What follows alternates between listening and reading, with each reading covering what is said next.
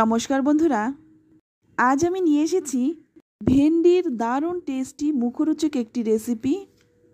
আর এটা এভাবে যদি আপনারা একবার বানিয়ে খান, বারবার কিন্তু এভাবেই বানাবেন। যে ভেন্ডি খেতে অপছন্দ করে সেও কিন্তু চেয়ে চেয়ে খাবে।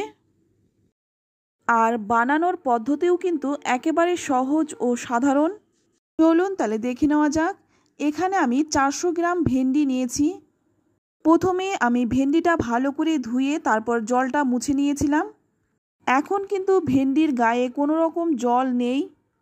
এবার ভেন্ডিটার সামনের দিকটা আর পেছনের দিকটা একটু ফেলে দিয়ে তারপর মাঝখান থেকে দুটুকরো করে ভেন্ডিগুলো কেটে নিলাম। তো দেখুন আমি একটু বড় বড় করেই ভেন্ডিগুলো কেটেছি, আপনারা এর থেকে ছোটও কাটতে পারেন। তো এবার এর মধ্যে দিয়ে দিচ্ছি 1 চামচ হলুদ গুঁড়ো, দিয়ে দিচ্ছি স্বাদ মতো লবণ। এখানে আমি রান্নার সবটুকু লবণই দিয়ে দিলাম। তারপর দিয়ে দিচ্ছি 1/2 চামচ লাল লঙ্কার গুঁড়ো। এবার এখানে দেখুন একটা বড় সাইজের পেঁয়াজ আমি কুচি করে কেটে রেখেছিলাম, সেটা দিয়ে দিলাম। এই পেঁয়াজটা আপনারা চাইলে গ্রেট করেও দিতে পারেন। আর দেখুন 7-8 কোয়া রসুন আমি থেতো করে নিয়েছি। এবার থেতো করা রসুনটাও দিয়ে দিলাম। এবার দিয়ে দিচ্ছি 1/2 চামচ জিরে গুঁড়ো, 1/2 চামচ দিয়ে দিচ্ছি ধনে গুঁড়ো। আর এখানে দিয়ে দিচ্ছি একটা ছোট ছোট টুকরো করে কেটে রেখেছিলাম আলু, সেই আলুটা চাইলে আপনারা আলুটা স্কিপ করতে পারেন, শুধু ভেন্ডি দিয়েই এই রেসিপিটি বানাতে পারেন। যারা আলু খেতে পছন্দ করেন তারা দেবেন, আর যারা পছন্দ করেন না তারা বাদ দিয়ে দেবেন। এবার এখানে দিয়ে দিচ্ছি 2 চামচ সর্ষের তেল। আর এখানে কিন্তু সর্ষের তেলটাই দেবেন, অন্য কোনো রকমের তেল দেবেন না।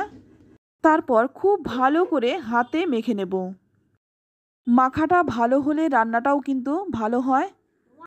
তো দেখুন এখানে আমি ভালো করে মেখে নিলাম। এবার রান্নাটা করার জন্য কড়াই গরম করে নিয়ে এর মধ্যে দিয়ে দিচ্ছি 2 চামচ সর্ষের তেল। তেলটা গরম হয়ে গেলেই ফোড়নে দিয়ে দিচ্ছি 1/2 চামচ গোটা জিরে, খুব সামান্য একটু হিং, আর দিয়ে দিচ্ছি সামান্য একটু জোয়ান। হিং আর জোয়ানটা দিলে এর স্বাদটা কিন্তু খুবই ভালো হয়।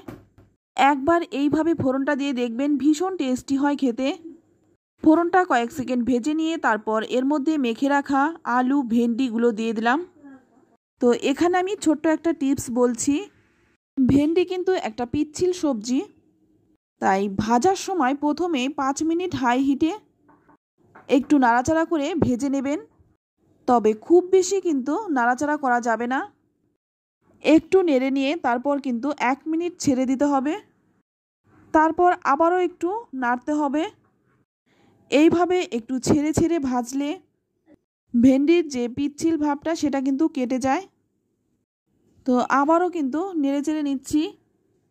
ভেন্ডির কিন্তু এখন পিচ্ছিলটা অনেকটাই কমে গেছে। এবার এর মধ্যে দিয়ে দিচ্ছি একটা টমেটো, আর দিয়ে দিচ্ছি 3টে চেরা কাঁচা লঙ্কা। টমেটোটা দিয়ে আবারও কিন্তু ভালো করে নেড়ে চেড়ে নেব। তবে আপনারা যদি একটু টকটক পছন্দ করেন সেক্ষেত্রে আরও 2টো টমেটো বাড়িয়ে দিতে পারেন। 4-5 মিনিট ভেজে নেওয়ার পর